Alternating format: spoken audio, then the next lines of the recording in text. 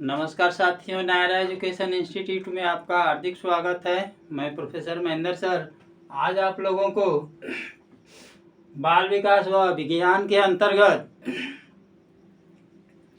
वयः संधि अवस्था किसे कहते हैं, क्या है, इसके संबंध में कुछ चर्चा करते हुए ये कितने प्रकार की है, कुछ चुनिंदा प्रश्न लेकर के आया हूं जो आपके सीटेट जनवरी 2024 के लिए महत्वपूर्ण हो सकता है और यूजीसी नेट की परीक्षा, जेआरएफ की परीक्षा में भी बेहद महत्वपूर्ण हो सकता है। तो आइए साथियों, इन सारी बातों पे चर्चा करने से पहले मैं चाहूँगा कि आप जितने भी साथी पहली बार नायरा एजुकेशन इंस्टीट्यूट परिवार से जुड़ करके मेरा वीडियो देख रहे हैं, प्लीज़ इस चैनल को लाइक व सब्सक्राइब कर दें, साथ में बेल आइकन प्रेस कर दीजिए। साथियों, ज़्यादा देर न करते हुए मैं वयः संधि अवस्था की तरफ आपको सीधे लेकर के चलता हूं कि ये वयः संधि अवस्था ये है क्या। साथियों, इसका एक और नाम है जिसे हम यौवन उत्सुक, यौवन के तरफ उत्सुक अवस्था के नाम से जानते हैं। एकदम बेहद महत्वपूर्ण है। वयः संधि यौवन युक्त अवस्था के नाम से इसको जाना जाता है। साथियों, इसका अंग्रेजी होता है प्यूबर्टी।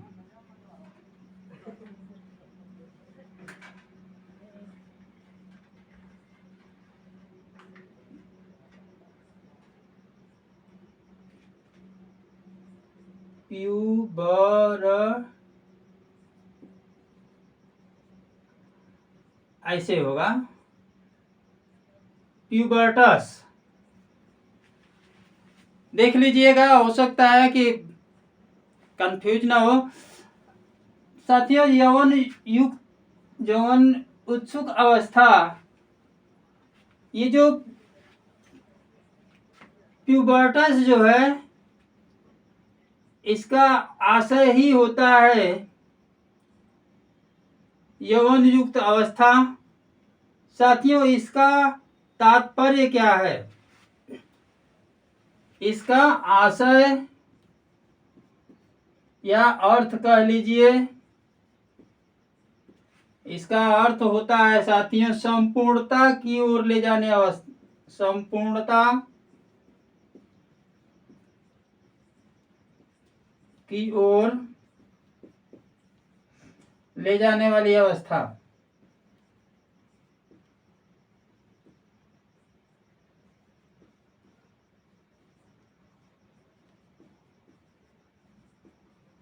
संपूर्णता की ओर ले जाने वाली अवस्था, यहीं पे बालक अथवा व्यक्ति क्या होता है, परिपक्वता की ओर अक्सर होकर परिपक्व हो जाता है। इसके बाद जो है आगे की अवस्थाएं बढ़ती हैं। तो साथियों, यहाँ पे वयः संधि की जो अवस्था है यह जो है साथियों, मैंने बताया कि संपूर्णता की ओर ले जाने वाली अवस्था है। आपसे पूछा जा सकता है कि किसी भी बालक अथवा व्यक्ति को संपूर्णता की ओर ले जाने वाली अवस्था को क्या कहा जाता है, उसमें आपको दे देगा यौवन उत्सुक अवस्था या जो है वयः संधि अवस्था। ऑप्शन नंबर यही सही होगा, इसको ध्यान में रखिएगा। साथियों, यौवनोयुक्त आवश्यक अवस्था जो है ये कितने प्रकार की है। साथियों,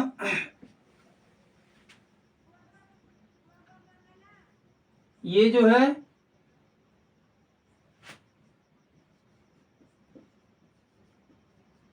यौवनोत्सुक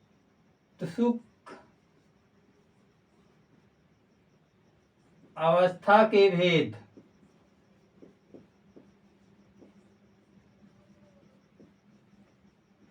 साथियों, इसके 3 भेद बताए गए हैं। पहला भेद है पूर्व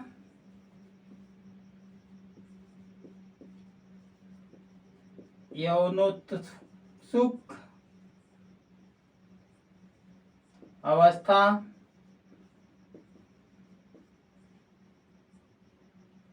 दूसरा है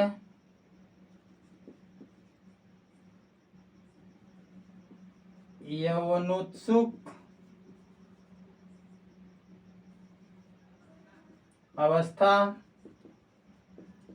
और तीसरा है उत्तर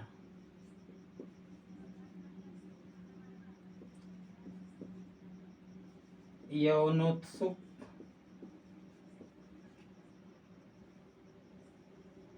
अवस्था। साथियों, बेहद महत्वपूर्ण आपके लिए ये टॉपिक है यौवन युक्त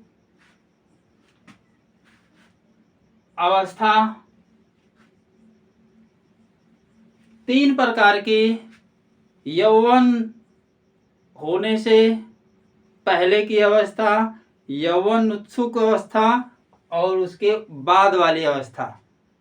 3 तरह का, जैसे आप शिक्षण की प्रक्रिया में आपने पढ़ा है शिक्षण की पूर्व क्रिया अवस्था, शिक्षण के अंत प्रक्रिया अवस्था और शिक्षण की पश्च क्रिया अवस्था। एक प्रश्न आपका तैयार हो गया।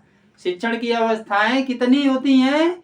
3 अवस्थाएं होती है। शिक्षण की पूर्व क्रिया अवस्था, शिक्षण की अंत प्रक्रिया अवस्था और शिक्षण की पश्च क्रिया अवस्था। तो साथियों, इसका जब वीडियो बनेगा, जब मैं आपको पढ़ाऊंगा तो इसके विषय में डिटेल बताऊंगा। अब सीधे हम चलते हैं प्रश्नों की तरफ, जो चुनिंदा प्रश्न लेकर के आए हैं। किस अवस्था को दल की अवस्था कहते हैं? वह अवस्था बताइए जिस अवस्था को बालक अथवा व्यक्ति की वह अवस्था जिसे दल की अवस्था के नाम से जाना जाता है। तो साथियों, दल की अवस्था के नाम से जो जाना जाता है उस अवस्था का नाम है बाल्य अवस्था।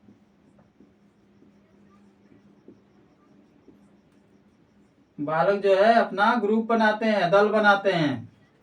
दूसरा क्वेश्चन है साथियों, संवेगात्मक और सामाजिक व्यवहार साथ साथ चलते हैं, यह कथन किसका है?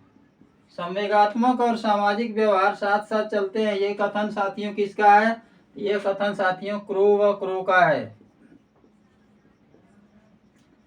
क्रो व क्रो का।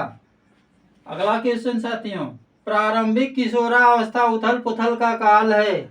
प्रारंभिक किशोरावस्था उथल पुथल का कार्य। Very very most important question for CTET and UGC net exam. तो साथियों, यह परिभाषा है कुहलेन का है,